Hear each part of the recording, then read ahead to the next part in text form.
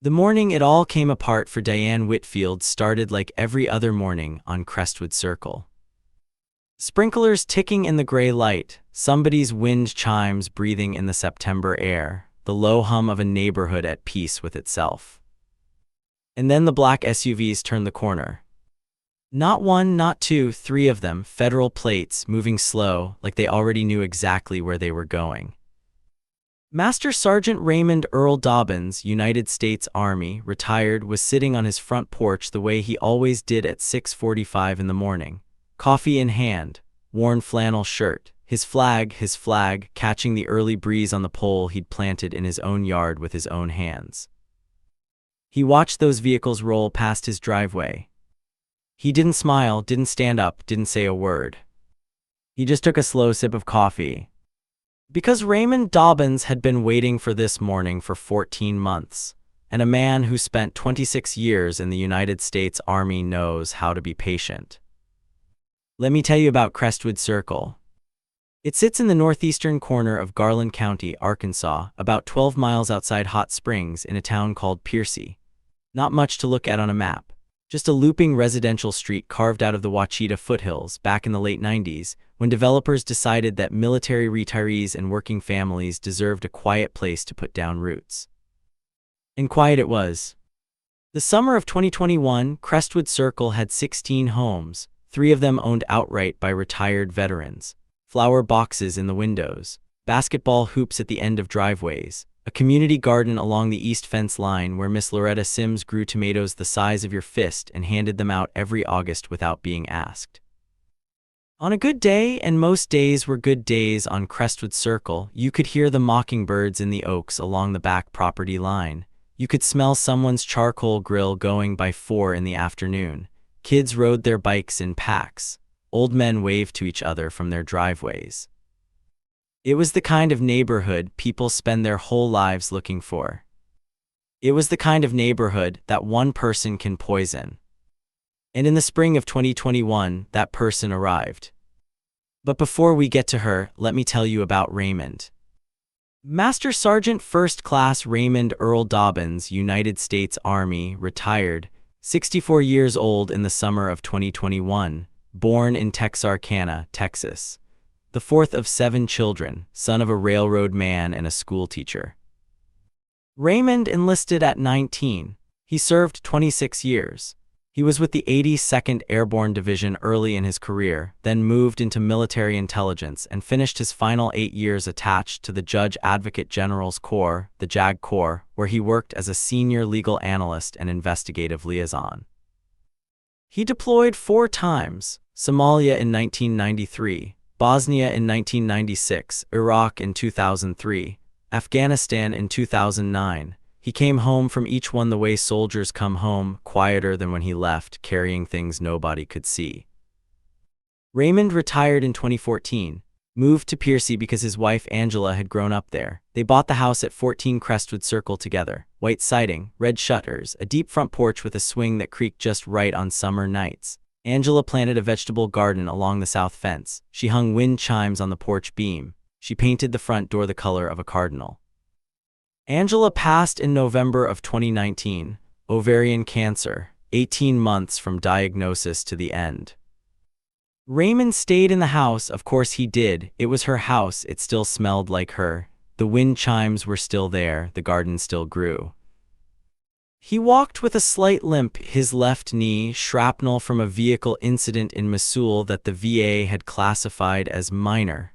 Raymond didn't call it minor, but he didn't complain about it either. That wasn't how Raymond Dobbins operated. What he did every morning, without fail, was raise his flag. Full size, 3 by 5 feet, United States of America. On a white aluminum pole he'd installed himself in the front yard, 6 feet from the porch steps. He raised it at dawn, he lowered it at dusk. He did it with both hands, he did it slowly. He did it the way a man does something that means everything to him. The kids on the block knew Mr. Dobbins. They brought him drawings sometimes. He kept them on his refrigerator. He helped young Marcus Webb with his history homework 2 afternoons a week because Marcus's dad worked nights and his mom worked doubles at the hospital. Raymond taught Marcus how to change a tire, how to shake a hand, how to look a person in the eye. He was not a man who made noise. He was not a man who made enemies. Until Diane Whitfield moved in next door and decided that his flag was a problem. The moving truck came on a Saturday morning in late April of 2021. White truck, big one, followed by a pearl white 2020 Lincoln Navigator with tinted windows and a custom license plate that read HOACHR1. Now let me pause here, because that license plate tells you everything you need to know about who was driving. Diane Whitfield, 51 years old, born in Scottsdale, Arizona, moved to Piercy, Arkansas after her second divorce with a settlement that her own attorney later described in court documents as aggressive. She had a background in real estate and property management, a real estate license in 3 states, and a passionate, almost spiritual devotion to homeowners association governance. She had served as HOA board president in 2 previous neighborhoods. In Scottsdale, she'd overseen 37 violation notices in her first year. In a gated community outside Memphis, she'd initiated the removal of a family's basketball hoop, a man's vegetable garden, and a widow's hand-painted mailbox, all in the same month. She liked to call herself a community standards advocate. Her neighbors more than once used other words. Diane was tall, well-dressed, with the kind of confident stride that says I own every room I walk into, even rooms that are not hers. She stepped out of that Navigator with a Starbucks cup in one hand and a clipboard in the other. She looked up and down Crestwood Circle the way a new sheriff looks at a town she's about to change. Raymond was on his porch. He raised a hand in neighborly greeting. Diane looked at his flag. She looked at his porch. She wrote something on her clipboard. She went inside without waving back. Raymond set down his coffee cup. He picked it back up, took a sip. He'd seen that look before. He just didn't know yet what it was going to cost him. Crestwood Circle's HOA had been largely ceremonial for years. Monthly dues of $42, a newsletter nobody read, an annual meeting where they voted on whether to repaint the community mailbox structure. Bonnie Hargrove had been president for 6 years, and her governing philosophy could be summed up in one phrase: let folks be. Diane Whitfield ran for board president at the June meeting, 8 weeks after moving in. She won by 3 votes, 2 of which came from people who hadn't been paying attention to what they were signing. The newsletter came out the following Monday, 12 pages, 11 new community standards amendments, parking rules, lawn height regulations, holiday decoration windows, paint color pre-approval requirements. And on page 7, a flag and signage policy. Specifically, flags of any kind displayed on residential front lawns must not exceed 3 feet by 5 feet in dimension, must be mounted on a pole no higher than 5 feet from ground level, and must be approved by the HOA board prior to installation. Raymond's pole was 8 feet tall. The violation notice arrived at 14 Crestwood Circle on a Wednesday morning in July. Certified mail, official HOA stationery. Diane Whitfield, president, typed at the bottom.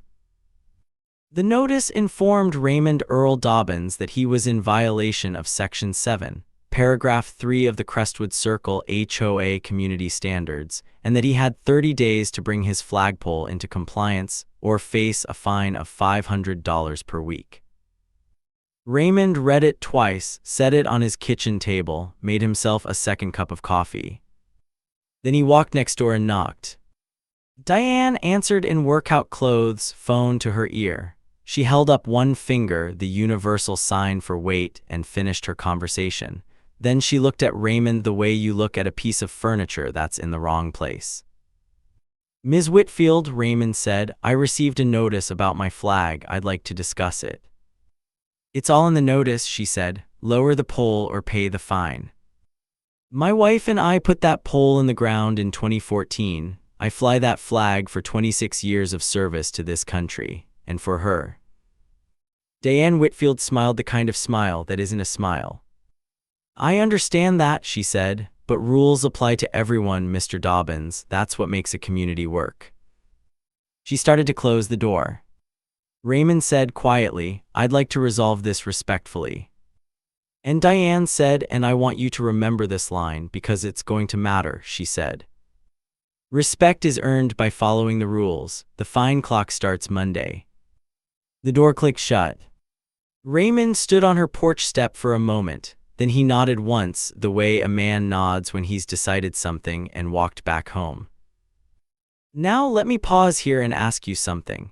Have you ever tried to reason with someone who uses rules the way other people use weapons? Someone who hides cruelty behind procedure? Drop a comment and tell me your story, because you are not alone. And what happens next? Well, that's why we're here. Raymond did not lower his flag. He did, however, do three things the following morning. First, he called his nephew, Darius, a paralegal in Little Rock, and asked him to pull the original Crestwood Circle HOA charter, the covenants, and all recorded deed restrictions from Garland County. Second, he drove to a hardware store and bought 4 additional security cameras, 4K resolution, night vision, motion activated, and installed them on all 4 corners of his property. He already had 2, now he had 6. Third, he bought a composition notebook, black cover, wide rule. He dated the first page and wrote in his careful, precise handwriting, documentation log, flag dispute, 14 Crestwood Circle. He had kept logs in the JAG Corps for 8 years. He knew exactly how to build a record. The fines came every Monday, $500 added to his account per Diane Whitfield's new policy. After 4 weeks, Raymond received a formal demand letter, $2,000 in accrued fines, plus a threat to place a lien on his property if not paid within 14 days. Raymond filed it in a folder labeled Exhibit. Then the other things started happening. In August, Raymond's truck, a 2016 Ford F-250 dark green, was parked in his driveway the same way it had been parked for 7 years. He came out one morning to find a HOA warning notice tucked under the wiper blade. The infraction, vehicle partially obstructing sidewalk sight line. The truck hadn't moved an inch. He documented it, photographed it, added it to the log. 2 weeks later, a dead bag of lawn clippings appeared on his front steps. No note, no explanation, just rotting vegetation left like a message. Documented, photographed, logged. In September, Diane Whitfield filed a noise complaint against Raymond with the Garland County Sheriff's Department. The complaint alleged that Raymond had been operating power tools after 9 p.m. on multiple occasions. Raymond had a habit of woodworking in his garage. He made furniture, small pieces, things he gave away to neighbors and to the church. But he never worked past 7:30 in the evening. His neighbor on the other side, a retired postal worker named Carl Hutchins, confirmed this when the deputy came to investigate. The complaint was dismissed. Documented, logged. And then, in early October, Raymond came home from his Tuesday morning walk, 2 miles, same route, every Tuesday, to find that someone had spray-painted the word eyesore across his front walkway in red paint. The walkway he and Angela had laid themselves, clay pavers, she'd chosen the pattern. Raymond stood there for a long moment, looked at the red letters, looked up at his flag moving easy in the October wind. He went inside, got his camera, documented it, called the non-emergency police line, filed a report. Then he went back inside and checked his camera footage. There she was, 6:22 a.m., Diane Whitfield wearing a dark hoodie and gloves, a can of red spray paint. He copied the footage to 3 separate drives, cloud backup, thumb drive, external hard drive in his safe. He added it to the folder labeled Exhibit A. And he said nothing. Direct hit. Now let me ask you something. When you watch a man document everything quietly, methodically, while the world tries to make him react, do you understand what kind of man that is? Do you know what he's building? Because I do. And what he was building was something Diane Whitfield should have been terrified of. The fine total reached $25,000 by the first week of November. $25,000 for a flag, for a pole in a man's own yard that held the flag of the country he had given 26 years of his life to protect. Diane Whitfield called a special HOA meeting to discuss the matter. She sent formal notice to all 16 households. She wore a blazer. She brought printed materials. She stood at the front of the community room at the Piercy Recreation Center and told the assembled residents that Raymond Dobbins' refusal to comply was a threat to community standards, property values, and the integrity of the HOA's governance structure. 3 people in the room nodded. 12 did not. Carl Hutchins stood up and said, "Diane, the man served 4 combat tour. You're fining him for flying the flag he fought under." Diane said, "Carl, this isn't about patriotism, it's about procedure." Carl sat down. He caught Raymond's eye. Raymond gave him the smallest nod. The vote to escalate the Leon threat passed 4-3, with the remaining 9 residents abstaining in visible discomfort. Raymond drove home, made dinner, went to bed. And then, on a gray Thursday morning in November, the 14th, to be exact, Raymond woke up to the sound of an engine in his front yard. He looked out the window. A man he didn't recognize was operating a cordless reciprocating saw on his flagpole. Raymond came through his front door, down the porch steps, across the yard. "Stop," he said. His voice was calm, just that one word. The man stopped. "Who authorized this?" The man held up a piece of paper, HOA letterhead, Diane Whitfield's signature.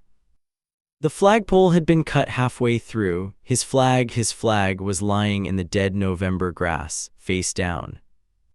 Raymond picked it up, folded it, slowly, properly, the way you fold a flag, the way they teach you, 13 folds. He held it against his chest.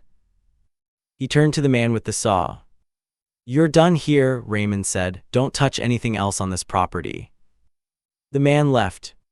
Raymond went back inside. He set the folded flag on his kitchen table next to Angela's photograph. He made coffee. He sat down. He did not cry, not because he wasn't feeling something, because he was feeling everything. But Raymond Dobbins had learned in 26 years how to hold what you're feeling in the place inside where it becomes fuel instead of fire. He opened his composition notebook, turned to a fresh page, and wrote the date. Then he picked up his phone and called the number of a man he hadn't needed to call in almost 3 years. If you think Raymond Dobbins is going to let this go, you don't know Raymond Dobbins, and you don't know what he spent 26 years learning how to do. Here's what nobody knew at the time. Nobody on Crestwood Circle, nobody in Piercy, Arkansas, nobody in Garland County. Here's what nobody knew about Raymond Earl Dobbins. In his final 8 years of service, Raymond didn't just work in the JAG Corps. He worked as a senior investigative liaison, which is a careful way of saying that his job was to build legal cases against military contractors, foreign nationals, and, in 2 instances, against elected officials who had defrauded the Department of Defense. He was exceptionally good at it. He was so good at it that when he retired, 2 federal agencies offered him civilian consulting contracts. He declined both. He wanted to go home to Angela. He wanted to be done with all of it. But you don't unlearn what Raymond Dobbins knew. You don't lose the contacts, the relationships, the understanding of how law works at the pressure points. The man he called that November morning was Colonel James Pritchett, retired, same year as Raymond, 82nd Airborne and then FBI, now a senior investigative consultant based in Little Rock. Raymond and James had served together in Bosnia. They had been to 2 of each other's children's weddings. James had spoken at Angela's funeral. Raymond explained the situation. James listened without interrupting. When Raymond finished, there was a pause. "Ray," James said, "did you run her financials?" Raymond had not run her financials. That wasn't the kind of thing you could just do. James could. What James Pritchett found over the following 3 weeks was remarkable.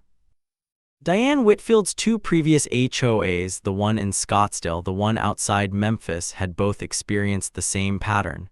A new president joins, standards are tightened, fines are levied aggressively, and then, quietly, those fine revenues are not fully reflected in the HOA treasury records.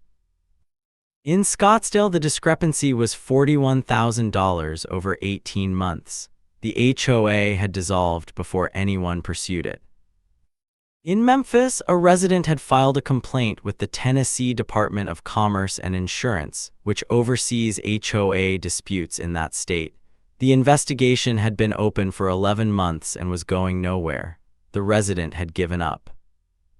But here's what Diane hadn't counted on. Arkansas. Arkansas has a specific statute, Title 18, Property Rights and Homeowner Protection, with teeth. It allows aggrieved HOA members to request a full audit of HOA financial records with the backing of the state attorney general's office, particularly when fraud is alleged. And there was something else. Raymond's nephew Darius, digging through the Garland County deed records, found something remarkable. When Crestwood Circle was developed in 1998, the original property survey had included an easement agreement for Lot 15, the lot where Diane Whitfield's house now stood.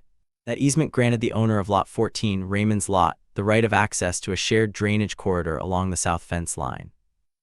The fence Diane Whitfield had installed along her south property boundary, the fence she'd erected in September without notice, without permit, without HOA approval, was sitting 11 inches inside Raymond's easement.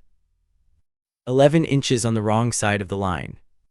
In Arkansas property law, that's called encroachment, and it carries significant civil liability. Raymond also called a federal law attorney in Fayetteville named Carolyn Marsh, who specialized in veterans' rights and property law. Carolyn had one more piece of information that turned Raymond's careful folder of documented evidence into something much more powerful. The Honoring America's Veterans and Caring for Camp Lejeune Families Act of 2012.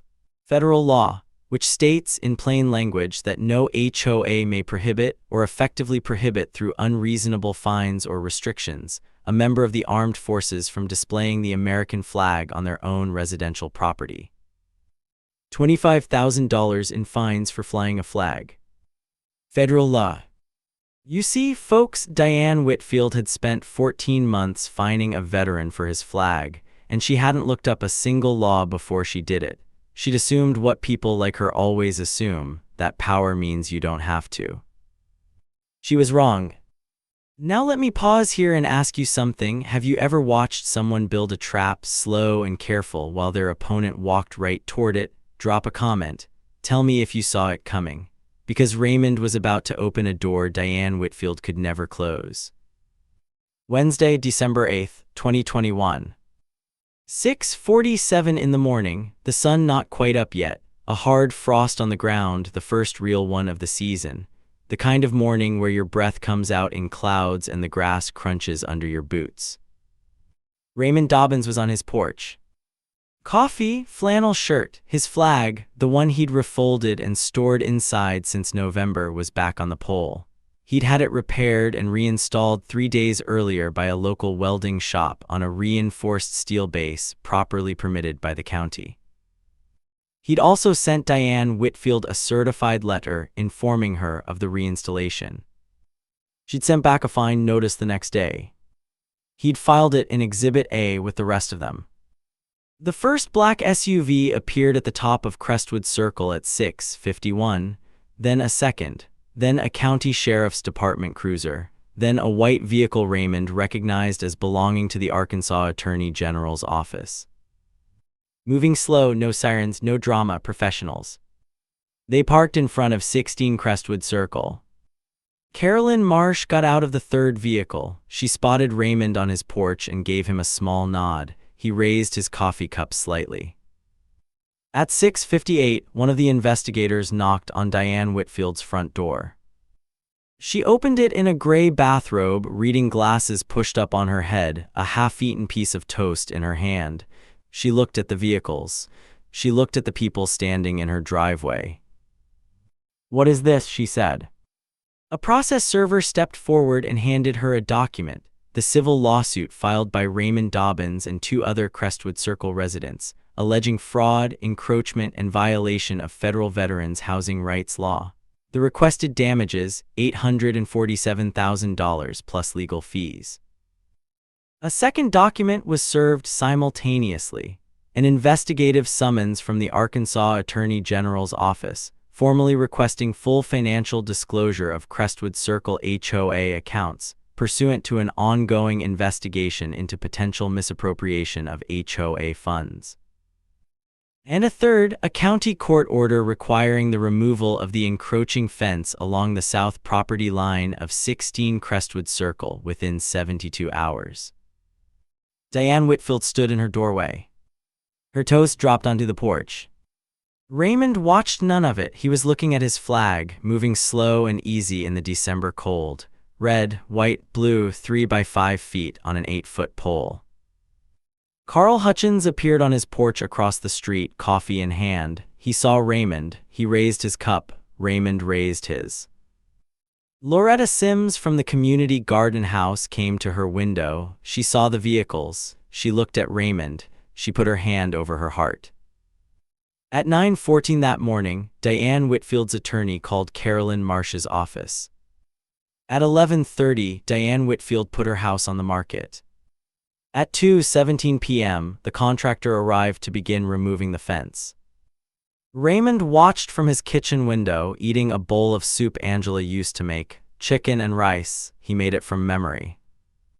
And that's when everything changed, not with a bang, not with a confrontation, not with raised voices or triumph, just a contractor pulling fence posts out of frozen ground, and a man eating soup, and a flag outside doing what flags do. In the weeks that followed, Crestwood Circle was the quietest it had been since spring. The HOA newsletter stopped coming. The violation notices stopped. The fines, all $25,000 of them, were formally dismissed by Garland County Circuit Court judge on December 22, 11 days before Christmas.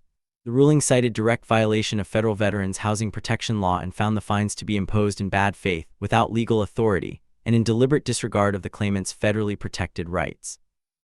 The judge also awarded Raymond Dobbins court costs and attorney's fees. The Arkansas Attorney General's investigation into the HOA finances was, at last report, ongoing. Investigators found discrepancies going back to September, 6 months of fines and dues that appeared in the violation ledger but not in the Treasury. The amount under review, $38,600. What had happened to it exactly was something Diane Whitfield's attorneys were not prepared to discuss.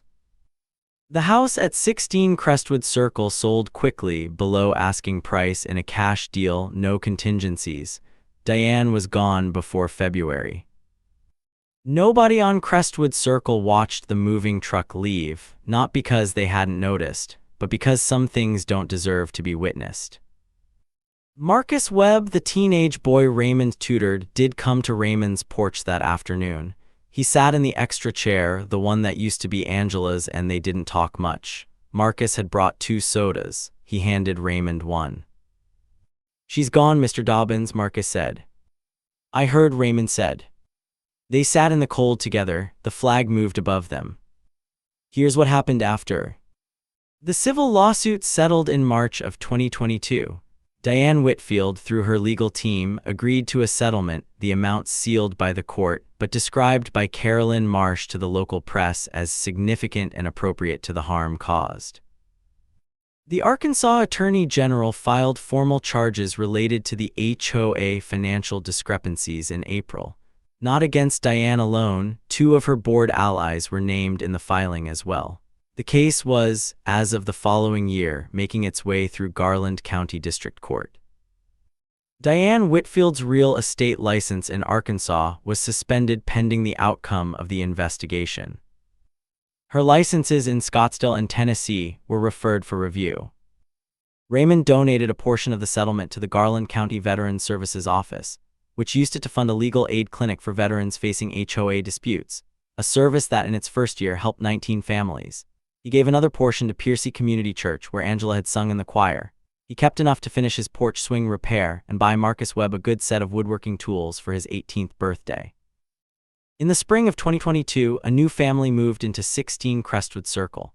The Okonkwo's, a Nigerian-American family, 3 kids, the father a nurse at the Hot Springs Hospital. They introduced themselves to Raymond on moving day. The youngest, a girl named Abby, about 7 years old, looked up at Raymond's flag and said very seriously, "Is that yours?"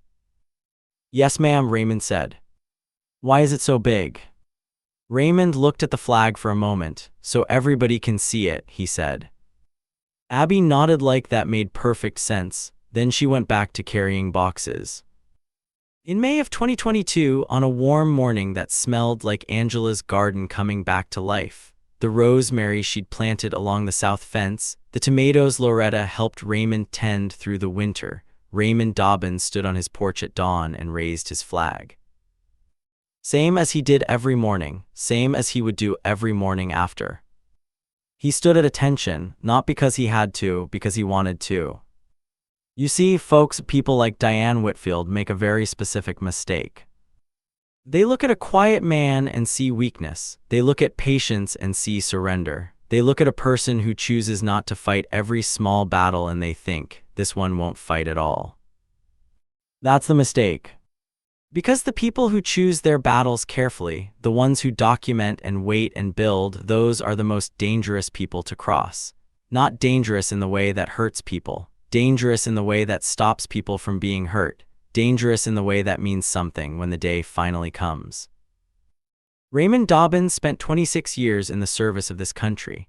He watched young people die for what that flag represents. He held the hand of a woman he loved while she left this world. He raised a flag every single morning because it was the one thing he could do that connected all of it, the service, the loss, the love, the life, into something that made sense. And someone tried to take it from him with a clipboard and a fine notice. They had no idea who they were dealing with. Let me tell you something, there are people in this world who carry everything quietly, who serve, who sacrifice, who lose, who rebuild, who get up at dawn and raise their flag and never ask to be thanked for any of it. Those people deserve better than what Raymond got from that neighborhood. But they also have this, the knowledge of how to wait, the knowledge of how to build a case, the knowledge of what patience and preparation and the right friend with the right clearance can do when the moment finally arrives. Never mistake a quiet man for a weak man. Never mistake patience for permission. And never ever try to take a veteran's flag. Because that flag, he didn't put it there for you. He put it there for her. This story is inspired by real events and public court records. Names, locations, and specific details have been changed or dramatized for storytelling purposes. Any resemblance to real individuals is coincidental.